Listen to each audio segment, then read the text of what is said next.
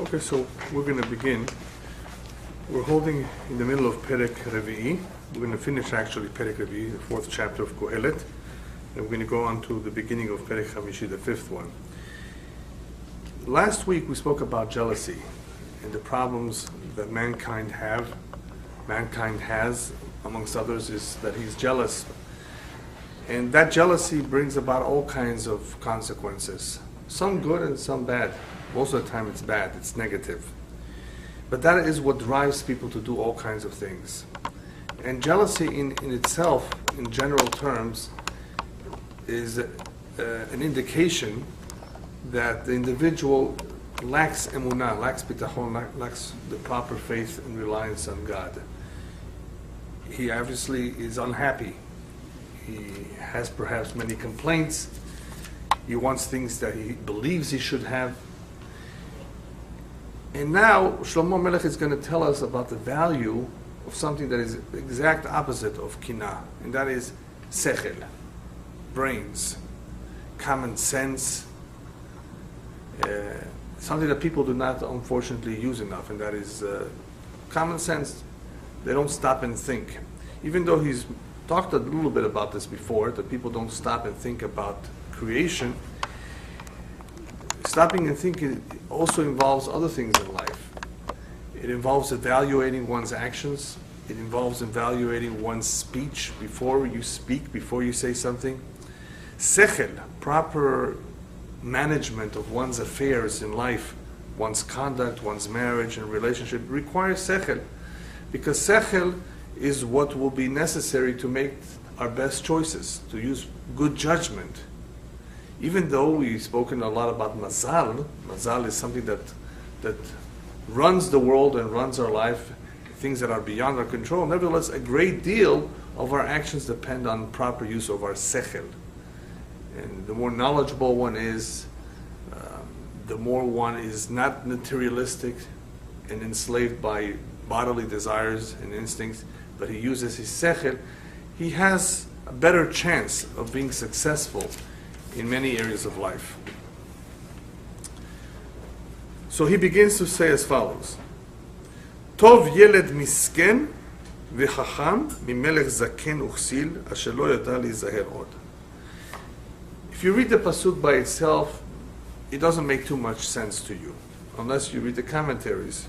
He's saying that a young boy, a yeled, is better off, even though he's a misken, he's poor. V'chacham, but he's smart. He's better off than a melech, than a king, who's a zaken, who's old and feeble, weak, uchsil, foolish, asher lo yada lizaher od, who can no longer take care of himself, can no longer be as careful or cautious in running his kingdom, in managing his life. It is very enigmatic. In other words, it's not a very clear pasuk. What is he talking about? That a child can be better off than a king. Now we do know that a small little animal that is alive is better than a dead lion. There's a saying similar to that in various languages, that something that is alive, no matter how small it is better than something that is dead, no matter how big it is. Well, obviously. But so what's the point over here, that a child who's a chacham is better off than a king who's a zaken, who's old, and he's exil, he's foolish. Rabbis tell us that one of the explanations of this verse has to do with the Yetzer Hara and the Yetzer HaTov. The Yetzer HaTov, the good instinct, the good inclination, is compared to a young child who's wise, but he's young. The Yetzer Hara, the evil, the negative inclination that all of us have, is compared to a king who is old, who's been around for a while, but he's exil. He's a fool. Even though the Yetzer Hara knows how to fool us, he himself is also a fool. What good is that information? Well, once we know that the Yetzer Hara is a fool, it is meant for us to understand that you can therefore beat him. You can therefore overcome him. Don't think that he's so smart that he's impossible to fight, that he's impossible to defeat. If you use your sechel properly, if you allow the Yetzer HaTov to rule, with the sechel, with the tov that the Yetzer has, the Yetzer HaTov, you will be able to overcome the ra, that which is evil, that which is driving you from birth to want things, to be selfish, right? So it is possible to overcome it. That's a very important message. In other words, don't think just because you have certain habits, certain inclinations, certain characteristics, just because an individual is born like that. Like some people would like to say, I was born like that. It's in the genes. So what? If we understand free will properly, so free will, if it is guided with the proper sechel, it will hopefully make the right choices. And even though it may be difficult, yes, because of genes, call it whatever you want. So what? No matter what a person has, if it is character related, it is controllable. It can be overcome. So here, the Yetzer Hara is been around for a while because he's there from birth. When does the Yetzer Tov arrive? Bar mitzvah only. The good inclination only arrives at the age of bar mitzvah. The Yetzer Hara has been there from the very start. So therefore, this Yetzer Hara is almost like a Baal Habayit. He's almost like he owns you. And because he owns you, the child has already become accustomed to many, many habits that have been formed from childbirth until the age of 13. So the Yetzer Hara in some ways has an advantage over the Yetzer HaTov that comes late in the game. He's already been around. Right? Nevertheless, this Yetzer Hara can be defeated. How? With sechel. Now this sechel, he tells us in the next pasuk, Ki mibet ha'asurim yatsa limloch, from the very exit of the womb. That's one explanation of what the word surim. It is also like ha'asurim, which is the jail, which can also be referring to the womb, because the little baby is like in a jail. So from the very first stage, the very first breath that the infant took, already from that point on, Yatzal Limloch is already a king. He already has abilities. He's limited, however, Ki gam b'malchuto nolad rash. Even though he's a king, in other words, he's no longer imprisoned, he's a living being, nevertheless, b'malchuto, as he is becoming a king, during the early stage of his life, this child is rash. He's a poor man.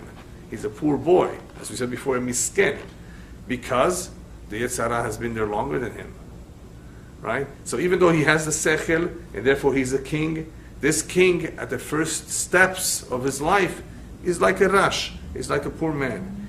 He's not able to carry out everything that he would like to. Now this is a very important idea, because it explains to us why the bar mitzvah is only at the age of 13 and not earlier. Why isn't bar mitzvah earlier? Why did the rabbis tell us that bar mitzvah occurs at the age of 13? If for a woman, it's at the age of 12. What's so magic? What's the magic number of 12 or 13? Well, why not 10? Why not make a child responsible to put on tefillin and to keep the mitzvot when he's 9 years old? After all, 9 years old. He knows how to communicate well. He knows right from wrong. He's not a 3-year-old. At least 9. Well, what's so special about 13? Anybody want to suggest? I mean, what's so unique about that stage? What happens when you have a Yetzer Tov and a Yetzer Hara together? Can I say something? Yes, go ahead. Physically, Yeah.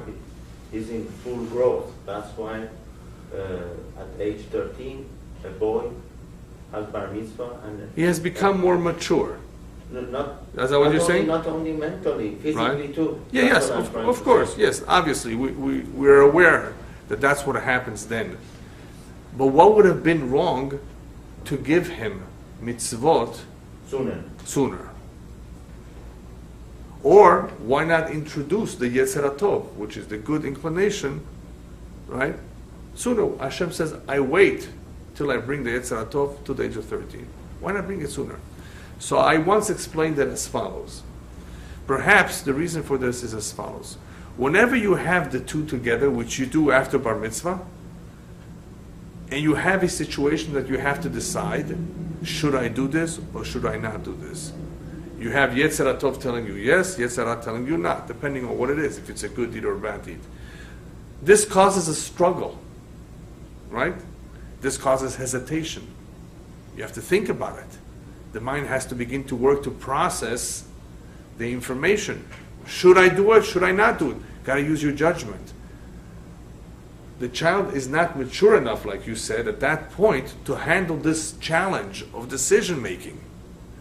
If you were to introduce the Yetzer Tov at the age of 9, could you imagine what would be going on in the child's mind? One is pulling this way, one is pulling that way.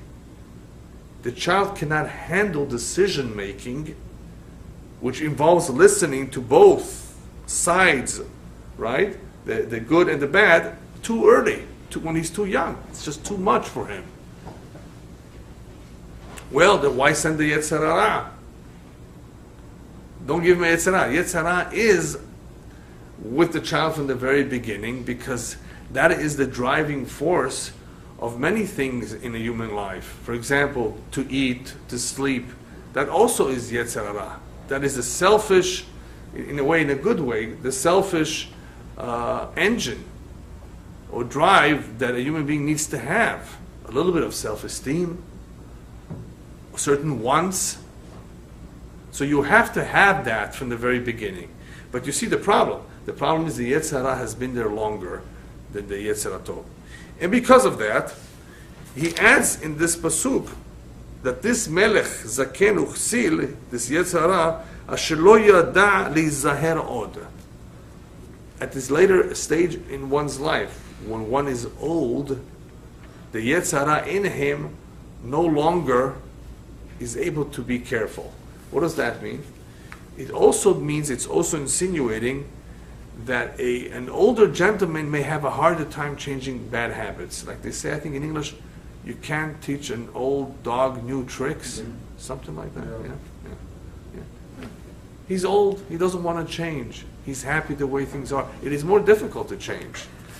So, Asher lo yada lizaher od, this melech zaken uksil, referring the Yetzer Hara, referring to an older gentleman whose Yetzer Hara is old too, may have a harder time changing. So, of course, the best thing to do is to make sure we form habits when we're younger. So, a child who is better off is only, however, better off if he's a chacham, as he said. If he uses his chokhmah, if he uses his sechel, then he's able to work himself up and do battle, continuous battle with the Yetzer Hara for the rest of his life, and B'ezrat Hashem win. But before bar mitzvah, that would be a little bit too difficult for him to do. It's just to make decisions. That's what life is all about, is decisions. Okay, let's go on. Now he says, okay, we have a good young man here who's a chacham. He's going to win. He's going to succeed. He's going to use proper judgment. And he's going to, all the way throughout his life, Baruch Hashem. He says it's too bad things don't last. Good things don't last forever. And this is the way he verbalizes it. Ra'itit kol ha'chaim. I looked at all of life. Ha'mehalechim tachat hashamesh, that walk under the sun. In other words, I have observed several generations. That's what he's saying. Im hayeled hasheni, asher yamot tachtav. And I'm already looking at the next generation of the second yeled. Remember the first yeled, chacham? I'm already looking up with his son. So what's going to be? Okay, he's a chacham. Now let's look at what's going to be with his children. Right? And he says, you know what? This previous Yeled had it all going for him. En ketz lechol ha'am, lechol asher haya lifnehem. There's no end to all the people that were there before, in the first generation, during the time of the first Yeled. All the good that they had, but gam ha'achronim lo yismechu bo. The pasuk is a little bit hard to understand. That's why we have to learn it together. But the next generation will not be able to benefit from all the good that was around in the first generation. In other words, even though the first generation was smart, had a lot going for them, they had everything they needed, they were successful, resourceful, the next generation, I've seen, that's what he says, I've seen that the next Yeled will not be able to follow through. So because of this, he says, Ki gam ze hebel v'ra'ayon ruach. He says, it bothered me. This is so vain. This is so, what a shame. What a waste. Ze hebel v'ra'ayon ruach. It upsets you, he says, to see something like that. Why isn't there continuity? We started off with somebody who was good, who was a chacham. And even so, he says, I have some bad news to tell you. And that is that there may not be continuity in the next generation. The next Yeled will not necessarily be like his father. And that we need to stop for a moment and ask ourselves, why not? Why can't there be continuity? Why don't things progress? Why do things are forgotten, things are just wasted? The commentaries I've seen in various Sepharim explain the downfall of many empires. Did you ever think about it? The Greeks were a great empire, so were the Persians. Believe it or not, even the Persians were once upon a time a great empire. Even them. What about the Egyptians? Sure. Egyptians of today, would you say they're a great empire? What's in Egypt today? How about Spain? Portugal? England was once upon a time greater than they are today. What do they have today? Right? Turkey, the Ottoman Empire. Did you ever think about what happened? Why couldn't they continue to be big empires? What happened? Well, what's the explanation? What happened? Anybody know here Persian history? Babylonian? Okay, if you know Babylonian, well, they were conquered by the Persians. They were destroyed. Some of these countries were not really destroyed. The people continued, civilization continued, right? So what happened? Where are the Romans? I mean, they're all over the place today, of course, the Christian empire. But Italy, Rome, Greece, Greece is almost bankrupt, they say, today, right? What happened to Greece? They grew too big. The philosophers, they were smart, very successful. Remember Alexander, Plato, Aristotle, from that area of the world. So what happened? So the rabbis explain that there was no continuity in the value system. Whatever one generation preached, whatever they taught, was not carried over to the next generation. As soon as the next generation was born and grew, they trampled on the values of the previous generation. There was no emphasis, no dagesh on chinuch, on education. In other words, on improving life, on refining one's character, on all the important things that there should be an emphasis. These things were overlooked. They were not emphasized. What was emphasized is the wrong things. So there's no continuity. In other words, even if there was something good, obviously there's something good. If they're on top of the world, something they're doing something right. It may not be that they're the biggest tzaddikim, they may not be righteous, but they're doing something right. Look at their rate of success. And there must be a lot of chokhmah, and there must be some sechel, right? They're not just animals, wild savages, right? They must be doing something right. Even militarily, you're attacking, you're invading, there has to be strategy. So what happened? No continuity. The next generation did not follow through with the first generation. Whatever the first generation held to be important, and as a result of that was for them successful, it did not last. They did not hold on to the same values of their previous generation.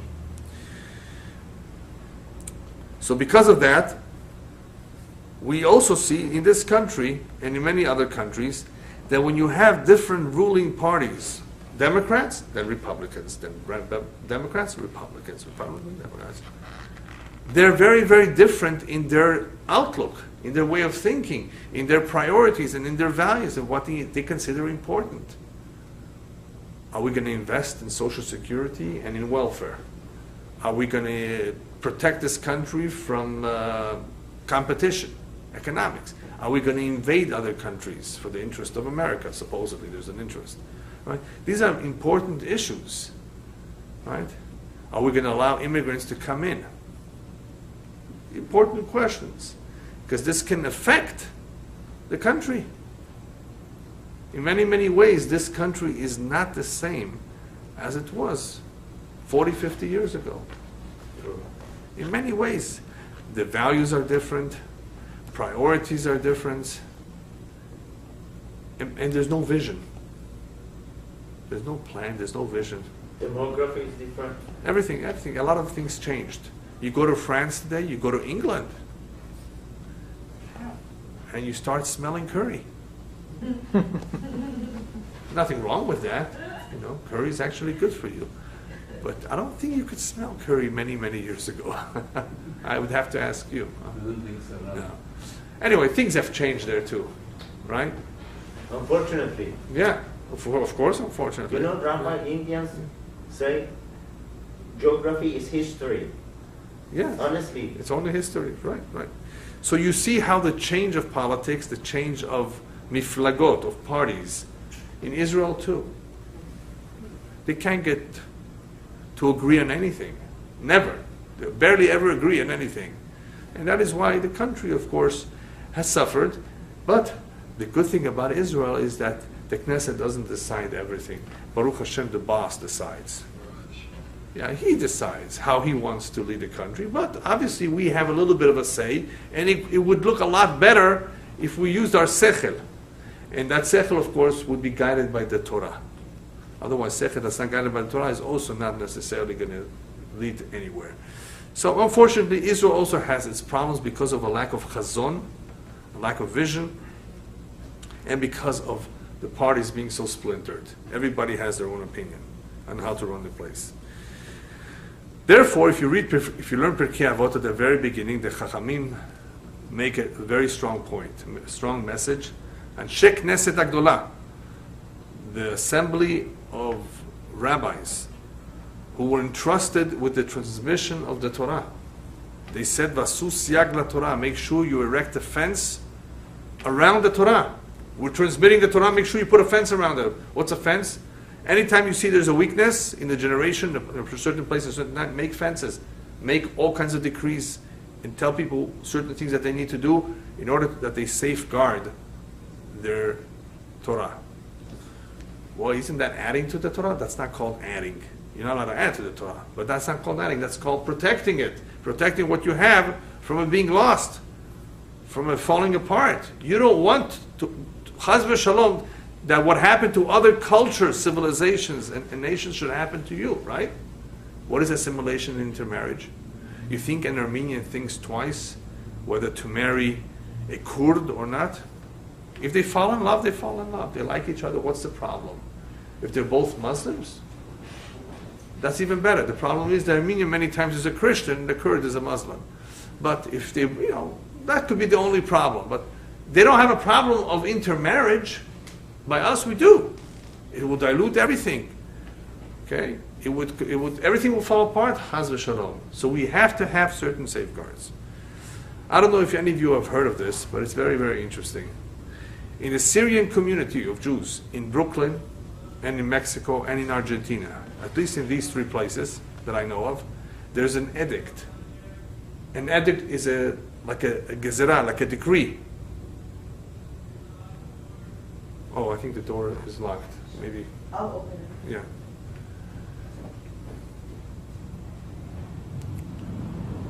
There's an edict that you cannot allow anybody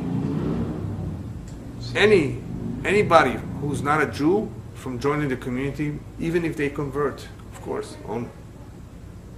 Right? No conversions allowed. Somebody converts, they won't let them into the community. If one of their children goes out with a convert, he's banned from the community. He will not be buried in their cemetery. That is how strict they are. Nothing wrong with a convert who's sincere, who's genuine. We embrace converts. They can become great people, and they're definitely accepted as equals. We have to treat them well. These are all mitzvot in the Torah. 1935, they made a special gezerah when they came to this country not to allow. Is it okay now? Is it open? Yeah, I was just Okay. I guess it was closed by mistake. Yeah. Make sure next time you are on time. Yeah. Okay. So in the Syrian community, they made a decree, an edict. We won't allow our children to marry converts. 1935. Many rabbis signed on it. There was a story where one woman was converted in Israel, and she wanted to, of course, marry one of the individuals in the community, and they said, no way. So Rabbi Ovadia Yosef himself came and said, I converted her, I signed my name. They said, no, sorry. They even told him, no. I heard that other rabbis later agreed to it as an exception, but no. Why? Because they saw what was happening to their kids when they came to this country, or the potential what could happen. They're going to mix. The Syrian Jews are not Ashkenazi Jews who wear black long coats with hats that don't allow goyim to get too close to them. And they don't get too close because they're so different in their way of thinking, in their lives, right? So they're not, the dangers were smaller. They live in a more ghetto, more closed. I'm talking about the Hasidic especially. Other modern Orthodox, of course, is a whole different ballgame. They have their own issues. But the ones who were very strong in the Ashkenazi didn't have to have this kind of a gezerah. They didn't mind occasionally a convert either. Occasionally, if he was sincere, genuine. But the Sephardim, who were businessmen, for the most part, traveling all over the place, right? They have this problem. They may have this problem. No conversions allowed, no marriages to a convert. Even the children of a convert will not be allowed. That is how strict they were. So even though a lot of people don't like that, because they, a lot of converts especially, think, oh, you're being overzealous and too strict, and you're not being fair, whatever you want to say, you have to at least admire the fact that this has helped that community stay intact. Very, very, very few have opted to leave the community because of this. Very few have assimilated, very few have intermarried because of this. So, you see, it helped. In Saudi Arabia, they chop off your hand if you steal. Not too many people steal in Saudi Arabia. Yeah. Same thing with Singapore. With drugs, they hang you. Right? In many countries, some crimes are very, very big crimes, considered big crimes, punishable by death. People think about it many, many times before they do it. Why take a chance? If the penalty is great, you don't do it, or you think about it. So that is what the Chachamim meant by Va'asu Siyag la Torah. Make a fence around the Torah in order to protect the Torah, that there should not be any changes, it should not be infiltrated, and Chas v'Shalom be weakened. All right, let's go on.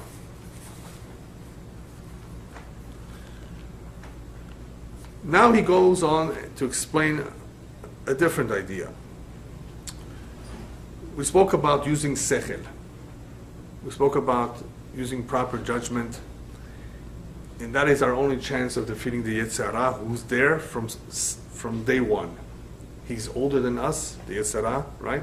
So you need to use your sechel, your Yetzer Tov, along with your sechel, proper judgment. You need to think and evaluate the situation before you do it, and not to act impulsively. And that's what he's going to talk about now. How to properly do things. How not to do things without too much thought. How that can get you into trouble. Shmor raglecha kasher tilech el bet ha'Elohim. Watch your feet as you go or when you go to the house of God. That could be the Bet HaMikdash, the Bet HaKnesset, the Bet HaMidrash. Whether you go for prayer, or whether you go to learn, make sure that when you do go, you watch yourself, that you go with the proper thought, with the proper kavanah. What should that kavanah be? Vekarov lishmoa. Vekarov lishmoa means that you should always go with the intent of listening to what the rabbis will tell you. In other words, if you seek their advice. Karov lishma means that you should pay close attention to what you're being told. That you should consider everything that you hear.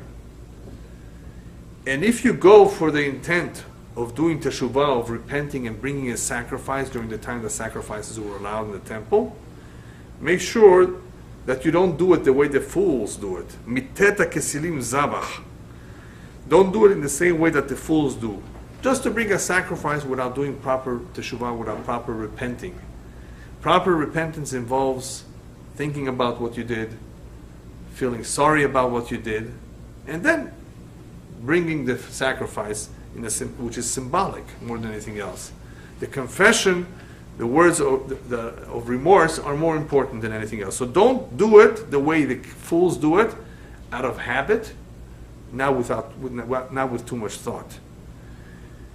Because the fools do not know to distinguish between what is right and what is wrong.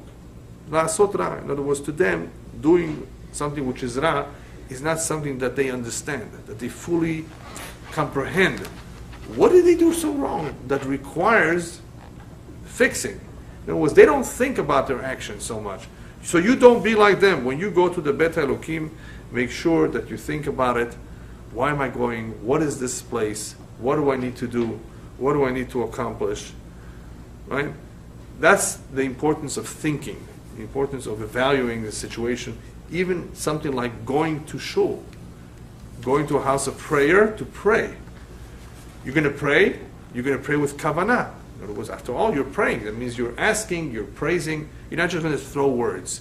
But sometimes, because of habits, that's what some people do. But that is because of a lack of thought. There's no thought going into what I'm doing. So then I'm just therefore doing what I'm accustomed to do every single day, which is no good. That is a foolish way of doing things.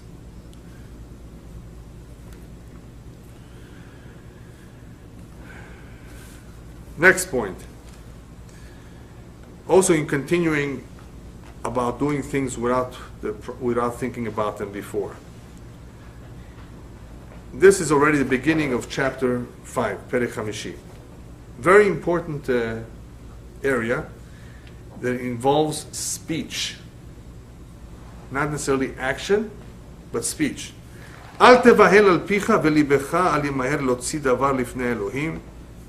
Don't rush.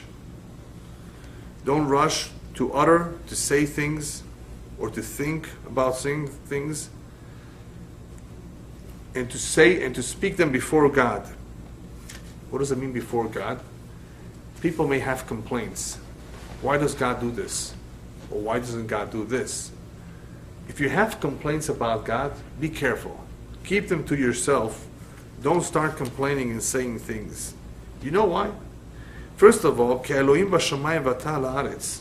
Hashem is up there and you are here. Well, obviously Hashem is up there and you are here. What is He trying to tell us?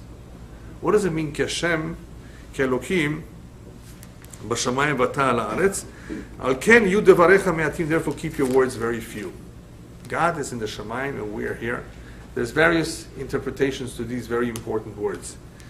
Hashem is there and we are here. The distance between the land and the heavens is very, very far.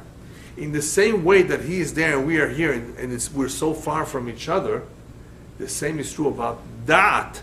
The Da'at of Hashem and the Da'at of a Ben Adam, of a human being. It's so far. We can never comprehend. We can never understand Hashem's ways. His Da'at, His way of doing things, His planning, His strategy is so different than ours. We don't come close to understand. We can't figure it out. Just like the distance between land and heaven is so great, so is there distance in our way of thinking. Therefore, don't start complaining. Well, why is there a Holocaust? Why do these tragedies occur? Even though I've always said that there's partial explanations in the Torah for these things, still, some people have a very hard time with it. So don't start complaining, because first of all, you can never figure it out, and don't expect to know, don't expect to have an answer, because His way, Hashem's way of thinking is so different than ours. We can therefore never come close to comprehending His ways. That is one explanation of Shamayim and Aretz. Another explanation of Shamayim and Aretz is He has a better view. And it's true. If you're on top, you can see more. So this is describing how Hashem's observation of matters and affairs in this world is much broader than ours. We are here. And if you are here, your vision is limited. How much can you see if you're here? If you're higher, you can see more. Right? If you were to go up a mountain on a clear day, you may be able to see miles. Many, many miles in a distance. If you're not on the mountain, you can't see. Right? So Hashem, through His Hashgacha over the entire world, is able to know and see everything. And we here, B'Hashem Ba'aretz, what do we know? What do we see? Hashem sees generations. Hashem knows thoughts. Right? Hashem sees everything. And therefore, He knows best. He knows exactly what's going on. Nothing misses Him. So you have complaints. You don't understand why things are. He understands what things are. He sees them very, very well. That's the second pirush. Therefore, we're better off, he says, to keep our words few, which means we're better off just keeping quiet sometimes instead of thinking too much into it. But another important idea here that he's telling us is al tevahel al picha v'libecha limaher, is don't rush to conclusions, don't talk too quickly, don't talk before you think, without too much thought. You're about to say something, we're about to do something, we're about to reach a conclusion. Not so fast. Think about it. It may be wrong. You may not have all the information. So don't do anything and don't say anything. We talk pzizut. Pzizut means impulsiveness. Right? Like I told you once, in Arabic and in Farsi, there's a saying, "El-ajal min ash-shaitan." In other words, rushing comes from the shaitan in Farsi. Right? Ajale kar shaitan hai. Yes.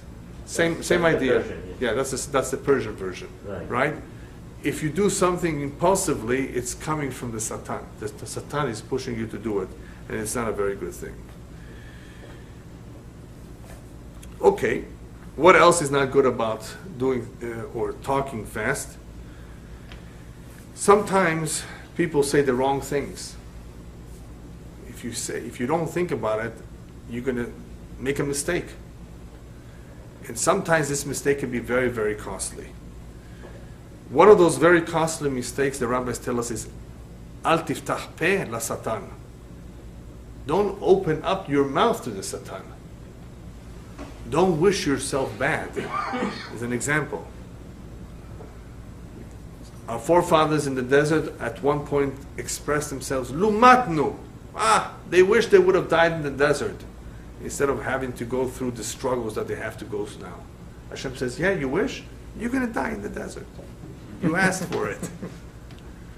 Be careful not to open your mouth to the Satan, not to express something that I wish it was, if it's something negative. Because it may be happening. It may happen. There's a malach. There's an angel specially appointed to pick up words. That's all he does. You know, like you have in the courts, you have, what do they call her? A recorder that uses shorthand. You know, they have a very good shorthand system upstairs. Everything is recorded, exactly what was said, in color also, 3D, yeah, or HD, high definition. Yeah, like everything is recorded. So you have to be careful what to say. There is a story in the Gemara, in Midrash in the Gemara, about one of the great rabbis, Rabbi Levi. Levi was his name. He was a great man, and there was a year of no rain. There was a long period, a long stretch without rain. Begazar ta'anit. And he decreed that there should be a fast day, like the rabbis used to do when there was no rain for a number of weeks and months, when there should be. No rain came down. So he went over to pray to Hashem, and he says, how come you are holding back rain from your kids? How come you treat him like that? How come you give him such a hard time? This was more or less part of his prayer. And the rabbis relate that the end of the story was that immediately after his prayer, rain started coming down, but all of a sudden he became a cripple.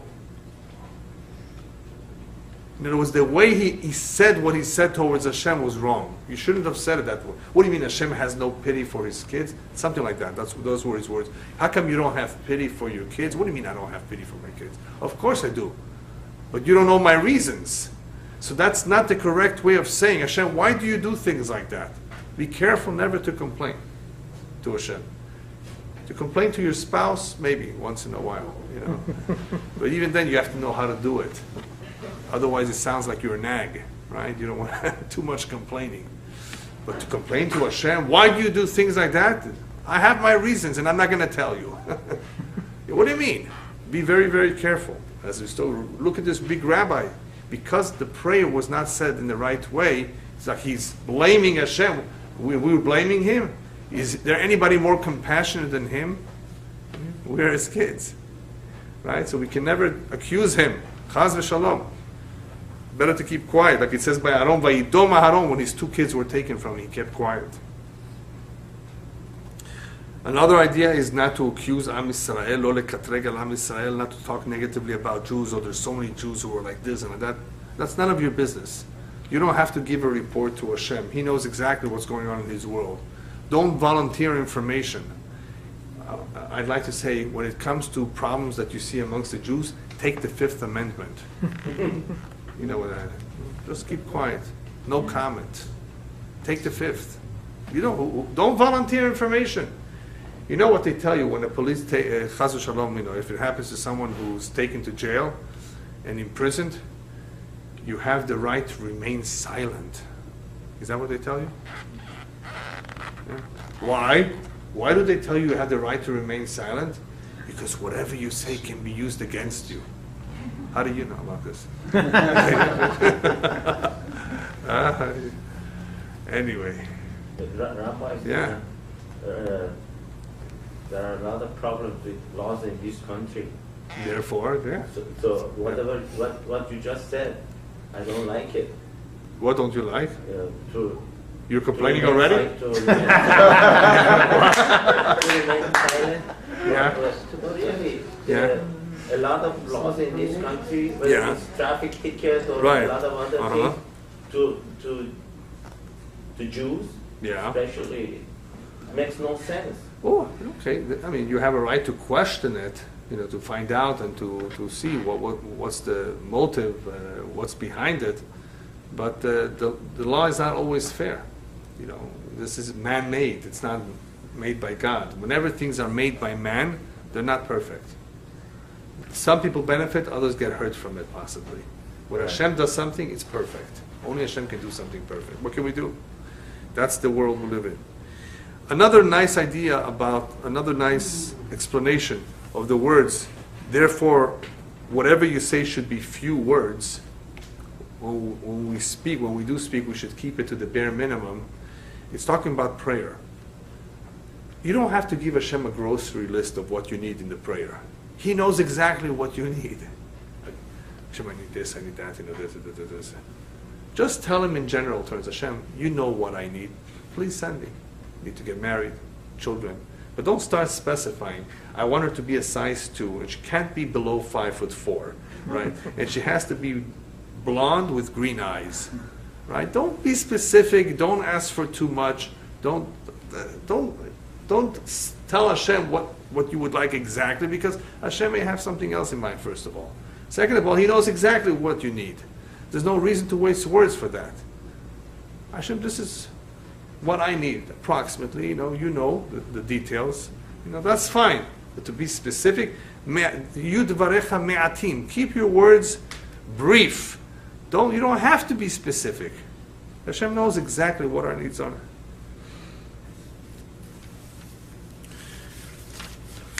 Okay, let's go on. What happens to someone who does not think too much before he speaks? And this is something that many of you are going to want to hear about it, but I'm going to save it for next week. And that is dreams.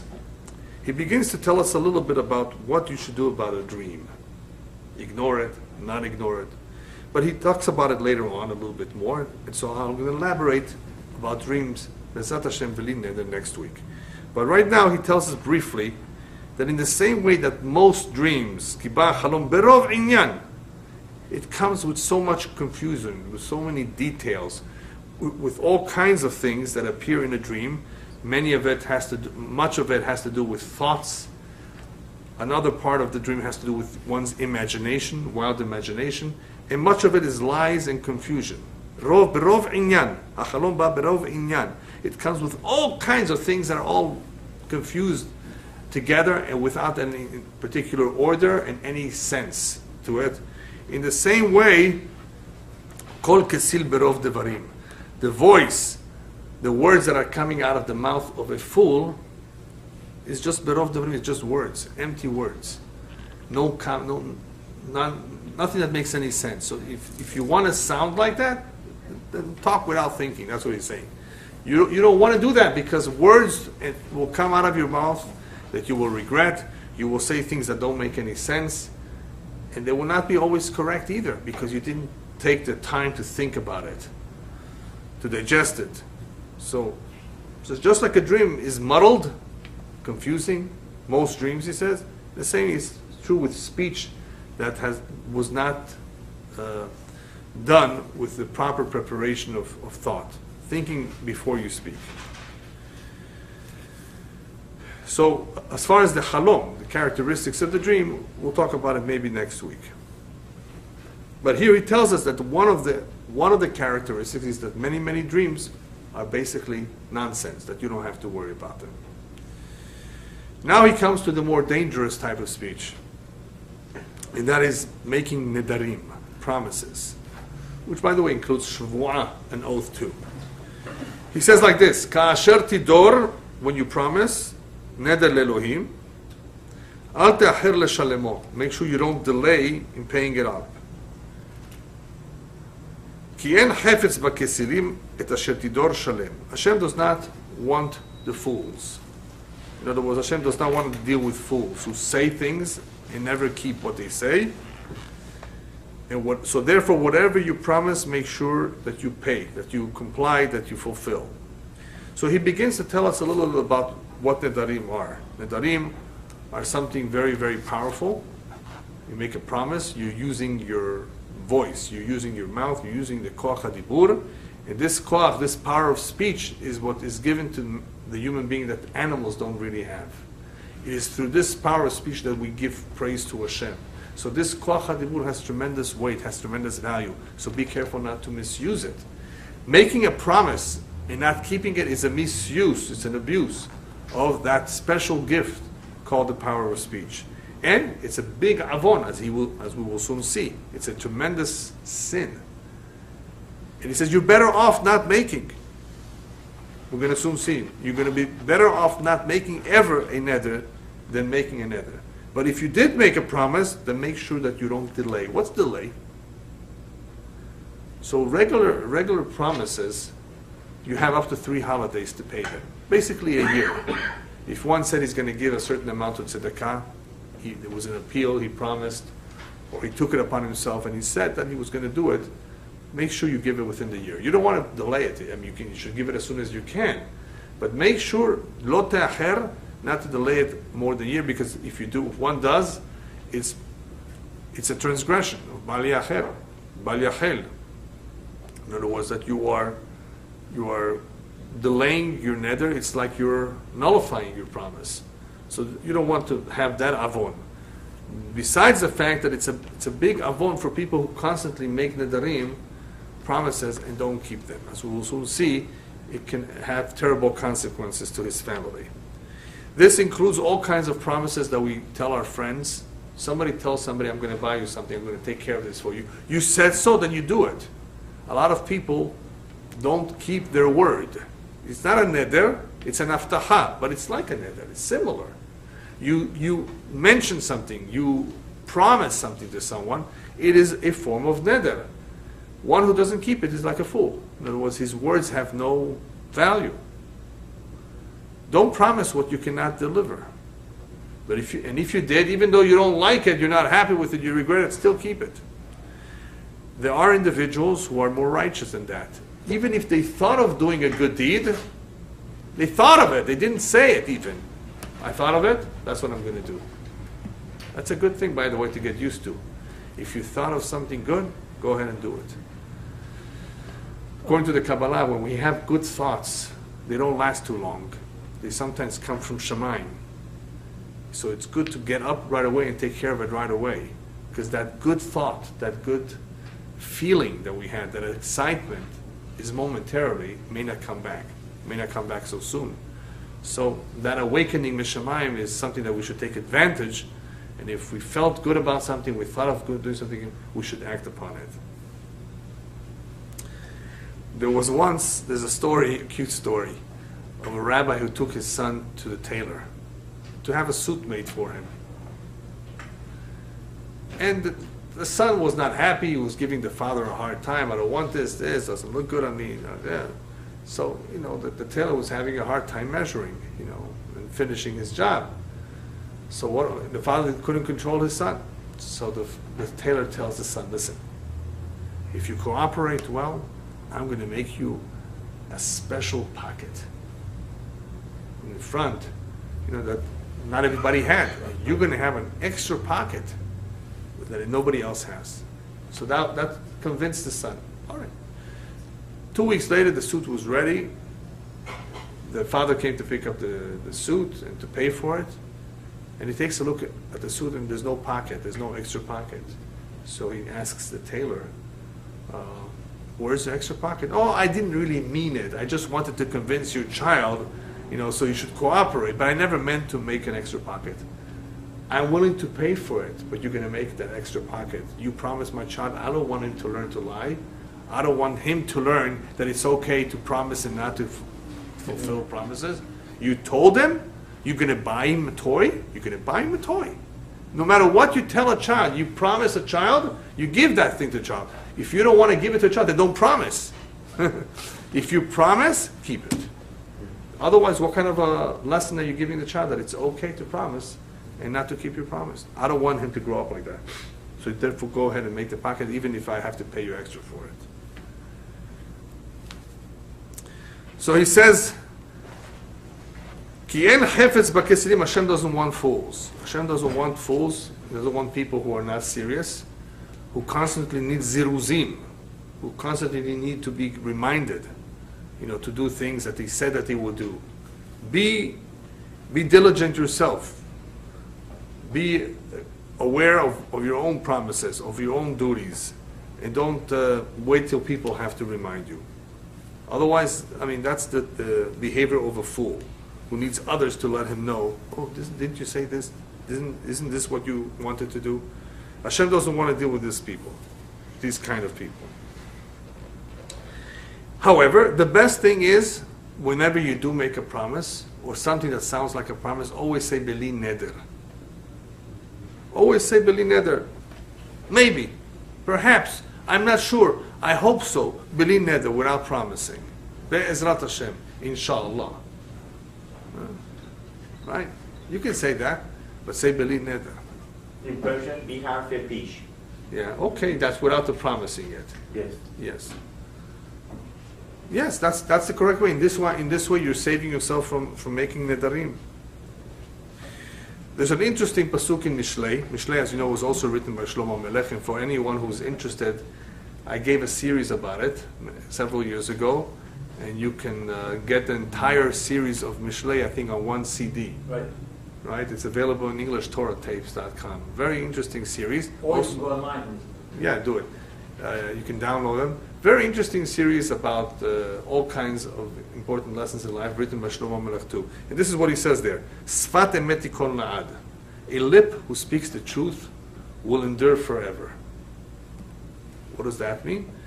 Words that are said in truth, with individuals who are always known to be speaking the truth, people will always trust them. Tikon la'ad, his lips will always be relied on. People will always believe what he has to say.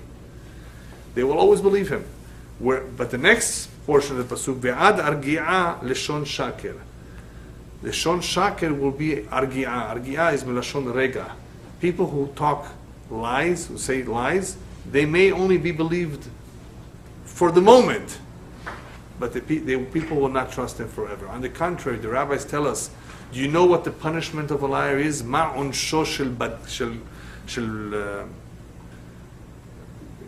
badai, I think it is over there. What's the punishment of a liar?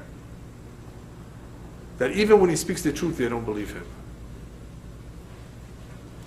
There's also, in Italian also, al bugiardo non se li crede la verità. In Italian they say, an individual who speaks, who's a liar, they never believe him even when he says the truth. That's his punishment. People who know an individual to be a liar, if that's his reputation, they will not even believe him when he says something that is true. Another idea, but this already has to do with the next pasuk, on how serious making a promise and not keeping is with the following pasuk. First, let's read the next pasuk. Tova shelo tidov mishetidov velo l'shalem. You're better off that you don't make a promise than making a promise and not paying it. Just don't make the promise. Who needs your promise if you're not going to pay it? However, there are times, the reason why he says this, I mean, it's obvious you're better off not promising. The reason why he says that is that because there are times that you want made promise, and it's good to promise. Anybody know when that is? Life is in danger. Right. When you are be'et sarah, you're drowning in the sea. That is a good time to make a promise. Hashem, if you take me out of the water, you save my life, I promise this is what I will do. Or God forbid if you're sick. Somebody who's very, very sick. Somebody who's in jail. You get me out of jail, right? I plan, lin neder, this is what I will do. Something meaningful. Not I'm going to make you a cheesecake or something like that. No, you know, that's something, I'm going to do this. I'm going to give $18 for tzedakah. No. Something meaningful, really significant. Even $18 for stock is meaningful. Of course. Yeah, especially if he has nothing. But what if he's a millionaire? Yeah. Could you believe it that I've known people who were very sick with cancer who didn't want to make any neder even though they were dying? I don't understand. Take upon yourself, lady, to light candles before Shabbat. I'm talking about women that don't do that.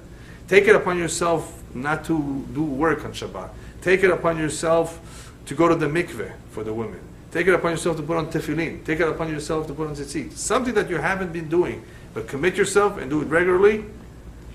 That may save the day, and people have been helped. This is not just hocus pocus. This is real. Because Hashem sometimes waits for this. Hashem, if you give me a child, somebody doesn't have children, this is what I plan to do. I'll do this. Right? If somebody has a very difficult time in some area, nodrin be'et sarah, the rabbi tells you're allowed to make a neder be'et sarah. Still, it's advisable to say b'li neder, because we're careful. Chaz v'shalom, avonot is very, very serious. It's a very, very big sin. So that's why he says, you're better off not doing it than doing it even if you keep it. But at times, there are situations where a neder may help an individual. The next pasuk says, one of the very bad consequences of chaz v'shalom, making a neder, is al titen et picha lachati et besarcha. Don't allow your mouth to hurt your flesh. Wow, how's it going to hurt my flesh? A person that makes nedarim and he doesn't keep them, his wife can die. Chaz v'shalom. Besarcha means one's wife, one's own flesh. Remember before we talked about don't open your mouth to the Satan? Right? Don't, very similar to this, don't say something that from your mouth that may hurt your flesh. Yaakov hurt his flesh with Rachel. Anybody that stole your trafim, your idol, Lavan, should not live. He did not know Rachel stole them.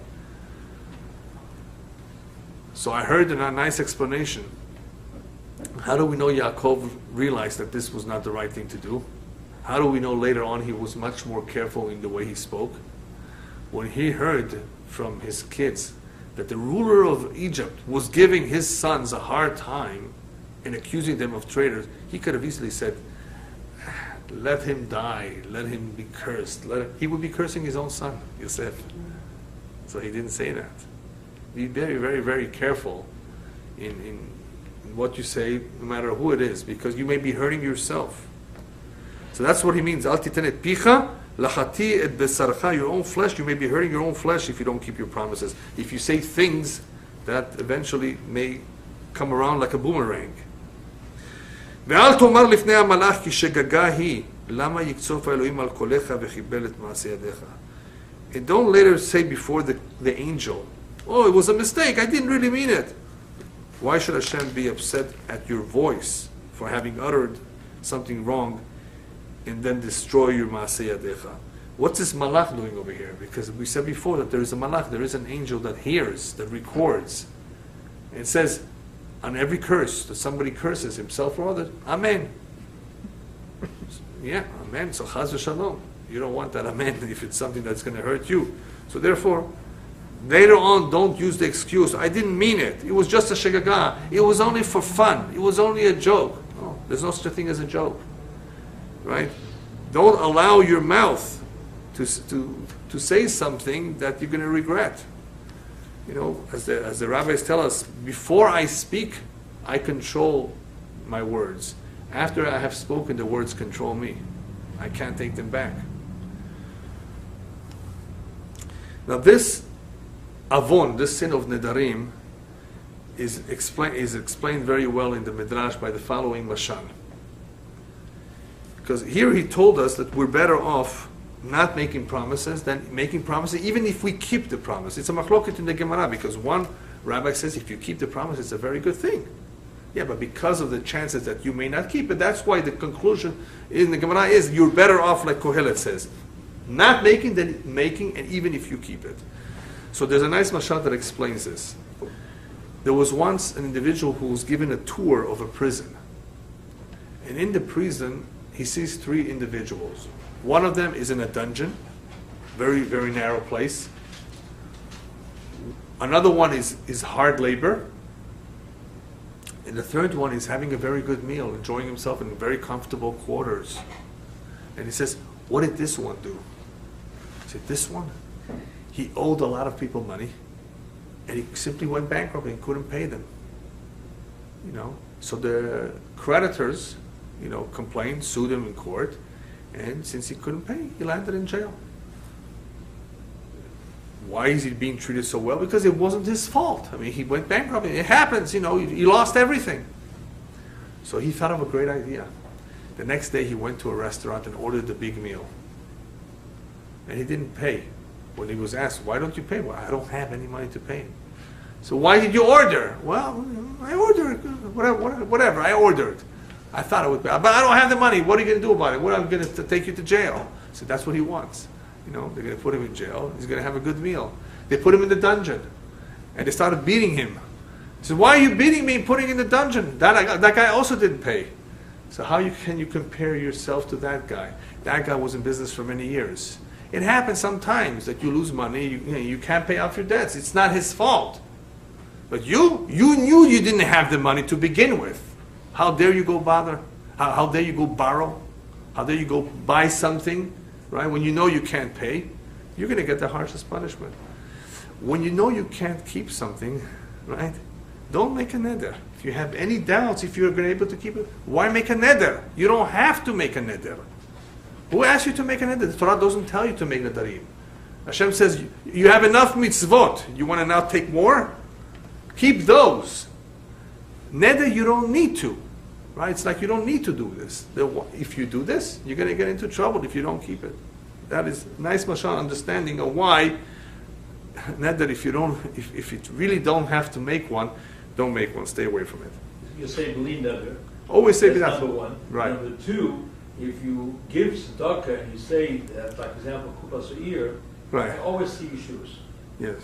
Sure. If you have a moment, I can tell you one fast story. But Yeah, quick story, sure. I was once had a nail in my foot. I was climbing up a ladder, and I'm a diabetic, and my foot got swollen. And the doctor scared me and said, "I may have to amputate your leg." So I immediately pledged I would give $25 to Kupas a year, a terrific charitable, And then they scheduled me for another doctor. She said, all you need to do is just bandage your leg and just put it out up on the bed for a couple of days and your leg will be fine. It's unbelievable. Yeah, The sure. doctor scared me, and Sure. when getting stuck, I was sick. Well, Hashem, yeah. I didn't mean to... No, very good. But this happens, like we said before. yeah. You make but still say B'li Neder, even if you're going to give tzedakah. It can be very helpful, but still say B'li Neder. The last idea that I want to discuss tonight, which involves diburim asurim. Diburim, when we talk about speech that is forbidden, we're not only talking about nedarim that should not be made, or promises that are not kept. It also includes foul language.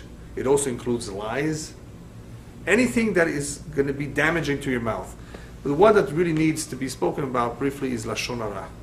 Lashon Hara is a very, very big avon, and that is to talk negatively, even if it's true. Lashon Hara is not sheker, even if it's true about individuals.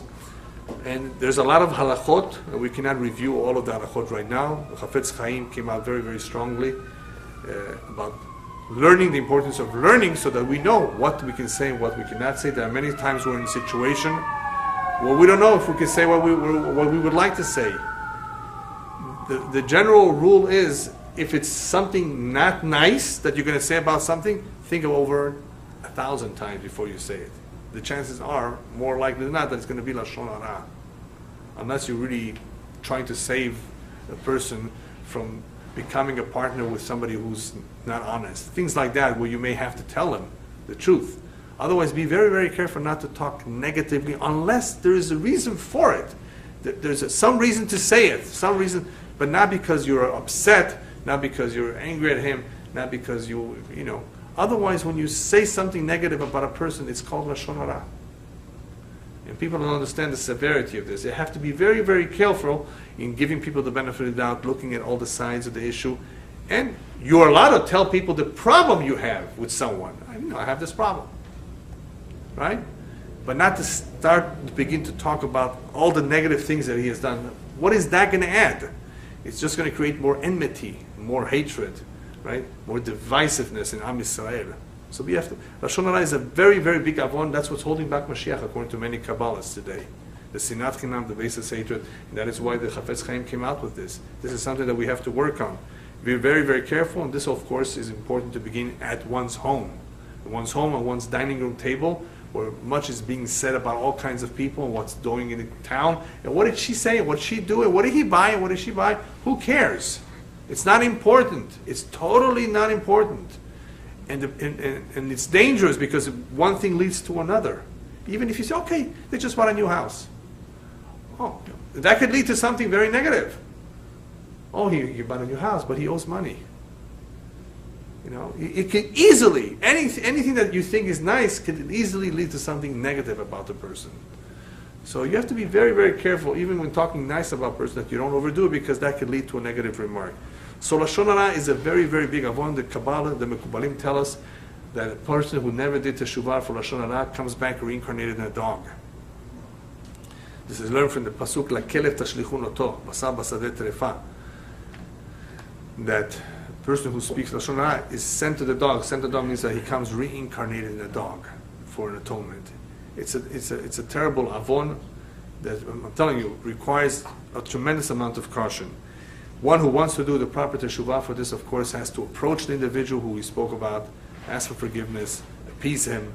Yom Kippurim was not enough. Yom Kippur will not atone for sins ben adam v'chavro. You have to actually approach the individual whom you offended, insulted, spoke bad about, Lashon Hara, and so forth. What if he's dead? You go to his grave. Or if it's too far, if he's in Isfahan, right? Then you have to send a mission. You have to send people who are there, who are living there, right? And they go to the grave, right? And ask forgiveness at the grave. Just because he's dead doesn't mean that's it. He's gone. It's still hurtful. It's still hurtful. You know, there have been stories of people who, of course, hurt others, and they are dead, the ones that hurt. They had to somehow come in a dream and ask forgiveness. They had to somehow, do something to ask forgiveness from those individuals who they offended. And sometimes it's very difficult, because if it was done in public, go bring back all the people who were assembled at the time who heard you say what you said. You don't know who heard it. In the meantime, they've acquired a terrible impression of this individual.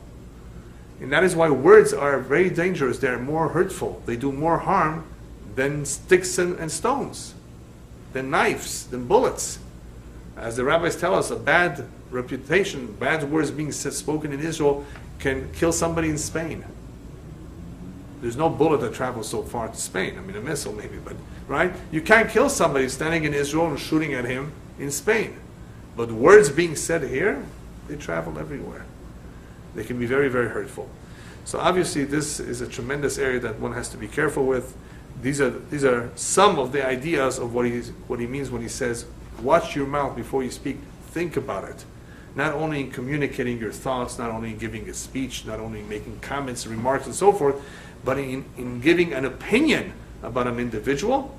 And of course, between a husband and a wife, obviously these remarks, words that can be very, very harsh, very painful, and very hard to take back, very hard to fix.